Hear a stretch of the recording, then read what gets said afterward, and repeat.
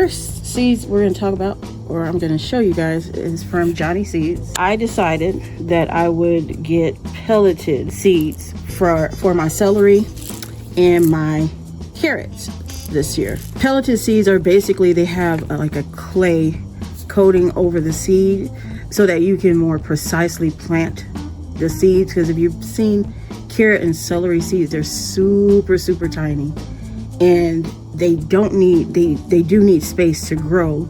So if you broadcast sow them, you have to go back and thin them. And then also celery, this is going to be the first year I start celery or even grow celery. That wasn't something that was on my radar last year, but it's something that we use all the time. We use carrots, celery, onions, garlic all the time when cooking. So I'm trying to grow most of the things that we, as far as vegetables go, that we eat.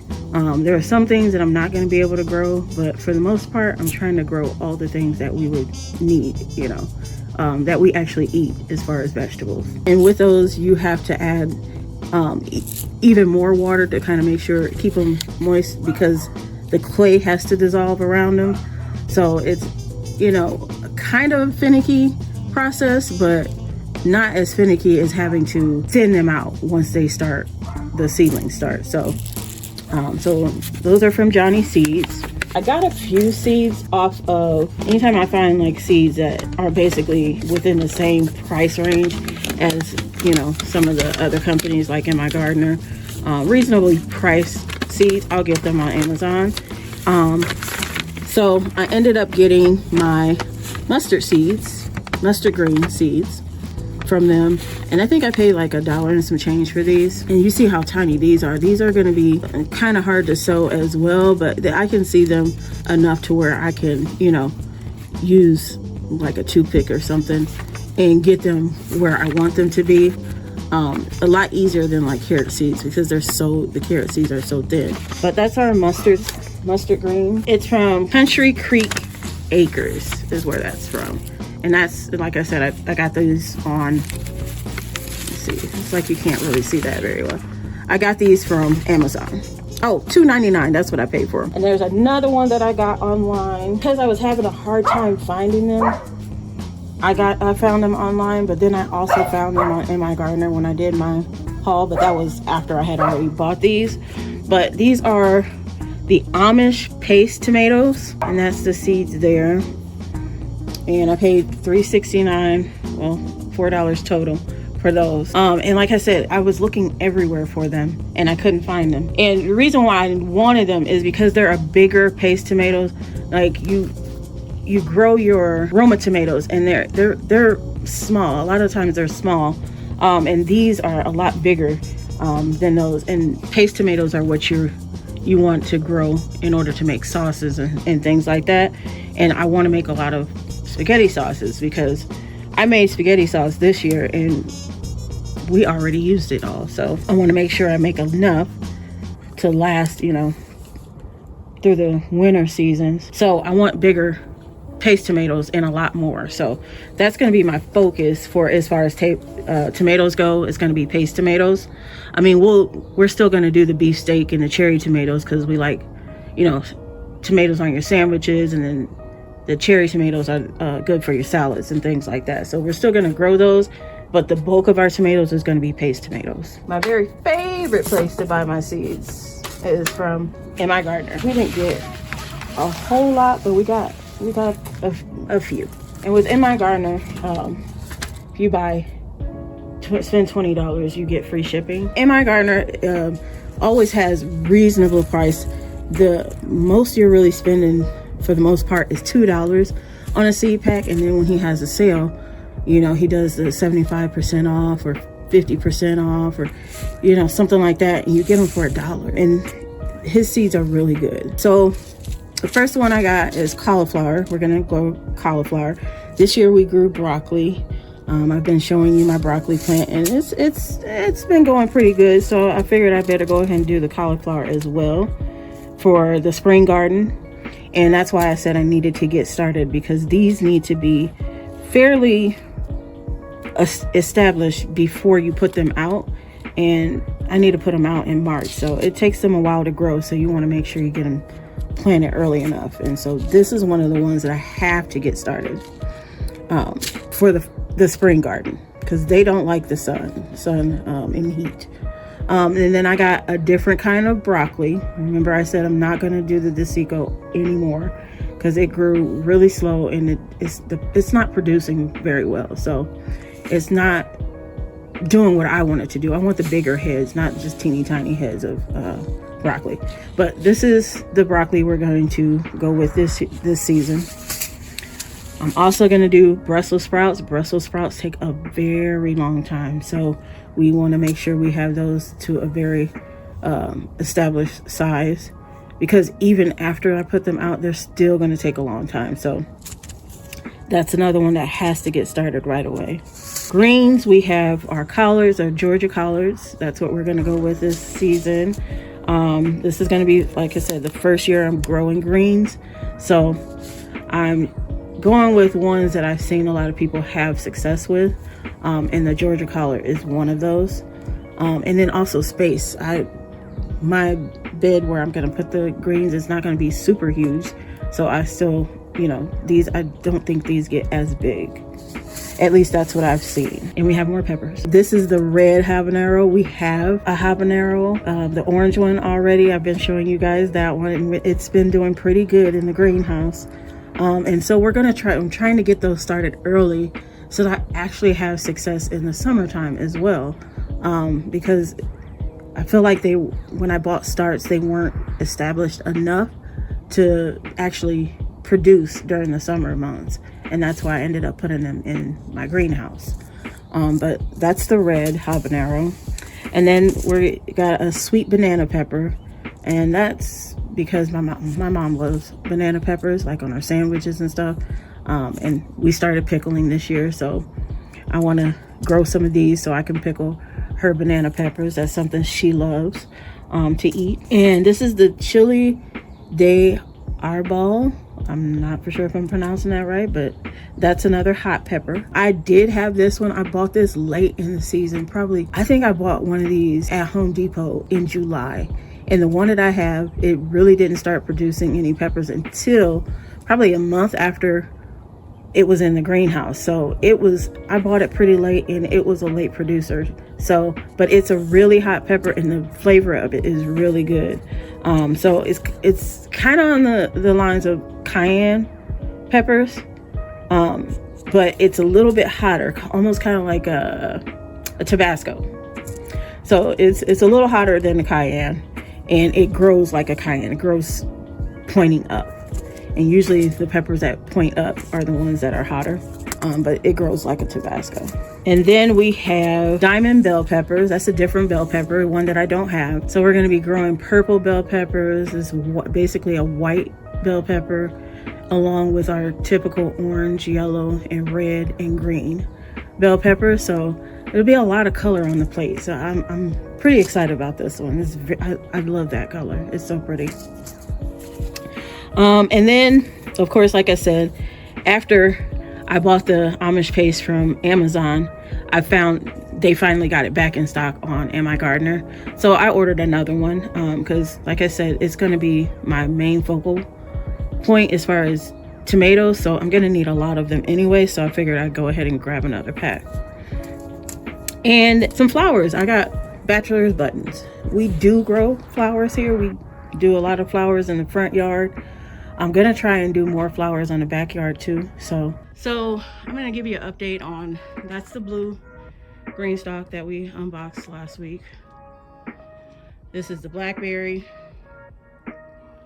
This is the other one. And like I said, I'm going to be putting the snow white tier right in between those to make these into a 5-tier.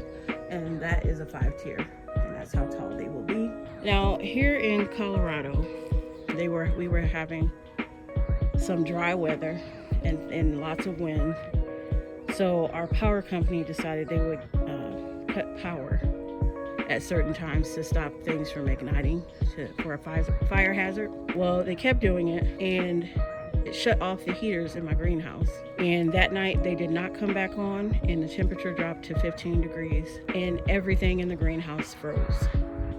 So I lost all of my pepper plants, all of my tomatoes, all of my lettuce. It all died.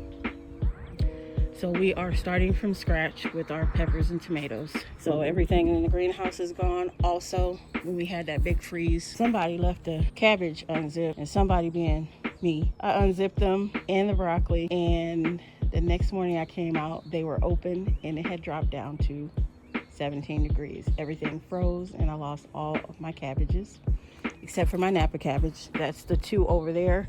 And so I took all of my Napa cabbage out of the green stalk and put them in here after I pulled all my cabbage. We still have carrots growing in there. I don't know if they're gonna make it, but they're still in there.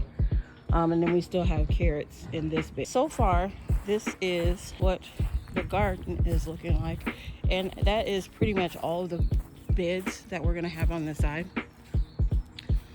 So we have all the beds over here, except for, remember I said I was gonna bring those black beds over here. One's gonna go here and one's gonna go up there. And this is pretty much the layout for it.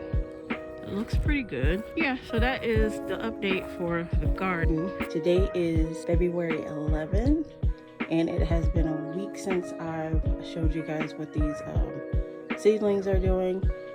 Now, I do have most of them here at the grow station, but I have moved some of them outside to the greenhouse, so I'll show you what I have here, and then I will also take you outside, give you an update of the garden.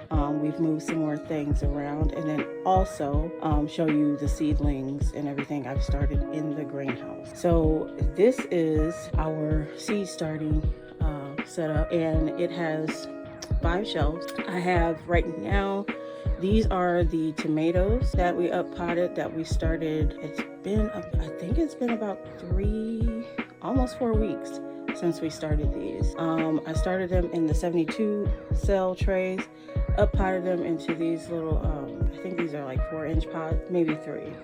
But yeah, I put them in here. And as you can see, they're still not that big. I have them in, groups of 4. Some of them have 5 in it, and just kind of keeping the tomatoes together. But I will tell you, there was a flaw in my labeling. I labeled them based off of how I put them in the trays. I did not account for moving the trays, rotating the trays, and things like that. And so the ones that have the labels in the cups are labeled. The other ones, I'm not quite sure what they are, which ones they are. So I should not have done that. I should have labeled each cup.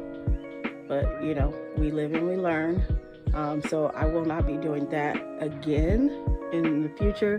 But yeah, so I just wanted to tell you guys that in case you try to label them the same way I did not realize that I was gonna need to label each cup. All right, guys, I am back and we are now outside, as you can see. And this is what the garden is looking like. We have amended this green stalk. Remember I told you I bought that white one, the snow white one, blackberries, into 5 tiers.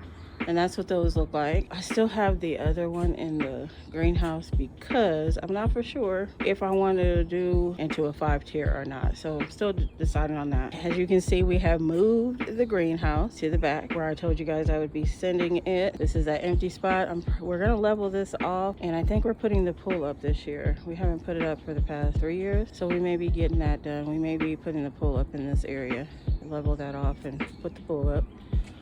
Again, this is going to be our tomatoes on this side. I got to get these pots cleaned up, and then what I'm going to do with those, I'm going to dump them into, I need to dump them in something that drains so that I can put hot water over them, sterilize all of that dirt, amend it, and then use it, in the other beds. I'll do the same thing. I've done that to the green stalk.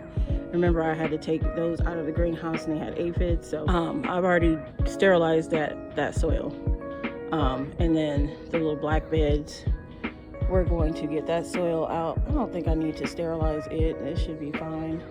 I didn't have any issues with bugs in these beds. So but yeah, so this is the potatoes. I don't know that they are going to grow. The soil is moist, it's not dry, so it's a possibility that those seed potatoes rotted in there. I think I'm going to call it on this one and restart it, because I do have some more seed potatoes from the inside the house. I don't want to put my actual seed potatoes that I received in my subscription box in here, but ones from the inside the house I'll put in here and see if I can get them to grow. Like I said, with all the temperature changing, I think they just didn't like it. So I will go ahead and restart this one. Like I said, it's been a month. There should have been some growth. So, but yeah, those are the carrots. I think I'm gonna leave that open for today. It's pretty warm out here right now. I put the green stalks out. I believe that's where we're keeping them. They look pretty good right there. So I think that's where we're gonna have them. Right here is our trellis. I had to take it apart because I hadn't put the screws in there. I set it up yesterday to see if I needed to shift these two beds over in order to fit it, but it fit perfectly. So but when I came back outside, it was laying on the ground. Seems to fit really well, so it'll be good for our peas, maybe some green beans, but I think mostly peas, because I think I have mostly bush green beans. So I don't think I'll need to use a trellis for that, but the peas will need to go on that. These are the peppers and tomatoes that I restarted. These are those new trays that I got from my Haas subscription box, and I like them. They're pretty sturdy. Only thing is that I had to put the saran wrap on there in order to have a humidity dome, but again, you know how I kind of feel about humidity domes. I'm not quite sure if they work the best or not. This is actually some of everything. Hibiscus flowers, because I'm growing new hibiscus, because I don't think those ones outside are gonna make it. Late winter, early spring, and there's no grain on those stems, so I don't think they're gonna make it. So we're growing new hibiscus. Again, I don't have a humidity dome for these trays, and I put saran wrap on there, but this one doesn't seem to be germinating very much humidity, to be honest. So I don't know how well they're actually doing with keeping moisture in, because if you can see, there's not very much condensation on these. This side there is, but this side there isn't, which is kind of weird. But that's that. And then here are some herbs that I ordered on Amazon. And then there's also some stuff that survived from outside. I got 3 mustard greens, a golden acre cabbage. What was that other one? A Napa cabbage. Oh, actually 2 Napa cabbages that survived. So they actually made it through that freeze. Down here we have more flowers. I just started these Monday or yesterday, one of the days. I just started them, so they have not germinated yet. This is onions. I started my new onions. Some okra in there, and that's mostly it that's in there, is onions and okra. And then we have our celery, some onions again, and some okra down here. And this is our new herbs that I restarted. They always start off doing really good, so it's just so amazing to me. They start off looking like that, and I'm like, oh, it worked. And then I come back the next week and I'm like, well, they didn't make it. So we'll see. Maybe they'll make it this time. I'm gonna be optimistic. But yeah, so that is all of the seedlings from down here. I did bring that flat of peppers in here, so I'm gonna put it on a heat mat. See if we can get those to germinate.